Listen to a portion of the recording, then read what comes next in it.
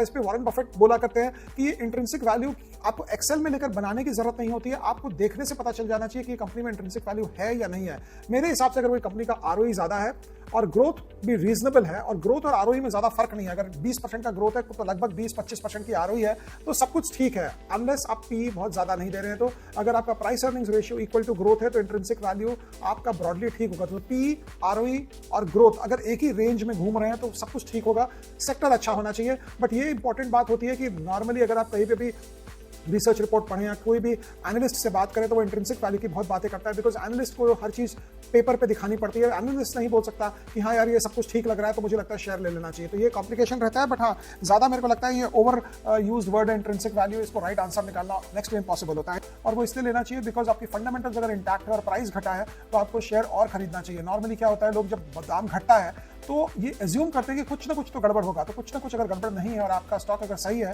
तो आप ये समझिए हर वक्त कि आपको उस घटे हुए दाम में स्टॉक लेना चाहिए, और वो ज्यादा इंपॉर्टेंट होता है। अगर पोर्टफोलियो का एक स्टॉक मल्टी बैगर हो गया और उसका एलोकेशन 20% है तो क्या बेचना चाहिए? नहीं बेचना चाहिए। गड़बड़ का काम मत करना कि एक स्टॉक आपका मल्टी बैगर हो गया और आप उसको बेचने निकल पड़े हो, बिकॉज अगर आप इस ढंग से करोगे तो कभी भी बड़ा पैसा नहीं बनेगा। अगर कंपनी फंडामेंटली ठीक है, सुपर ओवरवैल्यूड नहीं हुई है, तो आप स्टॉक को पकड़े रखें, आप स्टॉक में छेड़छाड़ ना करें, उसे बेचने का स्कीम ना करें। कई बार ये होता है कि स्टॉक का भाव बढ़ता है लेकिन आपको ये पता नहीं चलता है कि भाव जो बढ़ा है वो भाव बढ़ने के साथ साथ स्टॉक में कुछ और पॉजिटिव कुछ डेवलपमेंट्स हो सकती है जो आपको पता नहीं चला। तो ये जब होती है सिचुएशन तो आपको कई बार लगता है कि स्टॉक महंगा हो गया है, स्टॉक महंगा होने के कारण आपको डर रहता है कि अरे यार मेरा स्टॉक कहीं आगे नहीं घट नहीं जाए आगे आने में। बट अगर कंपनी की फंडामेंटल सही है तो मेरे ख्याल से आपको स्टॉक बेचना नहीं चाहिए जस्ट बिकॉज स्टॉक बढ़ गया है।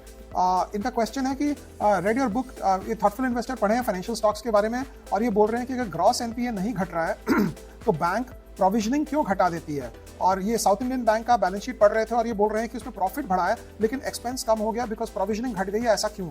बट आप एक चीज देखें, अगर ग्रॉस एनपीए और नेट एनपीए का गैप जो है, ग्रॉस एनपीए हुआ टोटल लोगों ने 2 लाख रुपए मुझे नहीं दिए, नेट एनपीए हुआ 80,000, मतलब 1,20,000 का हमने प्रोविजन ऑलरेडी बना लिया। तो ग्रॉस एनपीए और नेट एनपीए का जो गैप है वो प्रोविजन हमने बना लिया है। तो आप एक लेवल तक प्रोविजन कवरेज रेशियो बोलता है कि 70% तक आप प्रोविजन बनाएं। तो अगर आपका 2 लाख रुपए तक आना बाकी है बाजार से और आपने 70% प्रोविजन मतलब 1,40,000 को आपने प्रॉफिट एंड लॉस में खर्चा दिखा दिया क्योंकि शायद नहीं आएगा, तो बच गया आपके पास 60,000। तो 60,000 नेट एनपीए है और 2 लाख रुपया 2 लाख रुपीज आपका ग्रॉस एनपीए है।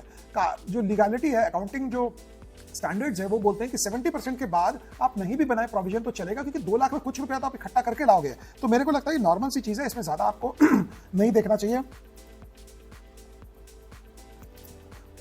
सॉरी, इसमें आपको ज्यादा नहीं देखना चाहिए बिकॉज ये as per accounting standards and as per accounting norms है। तो अगर आप साउथ इंडियन बैंक की बात कर रहे हैं तो ग्रॉस और नेट के बीच में पीसीआर आप जरूर देखें, पीसीआर कितना है, प्रोविजन कवरेज रेशियो। अगर प्रोविजन कवरेज रेशियो 70% से ऊपर है तो कोई प्रॉब्लम नहीं है मेरे ख्याल से।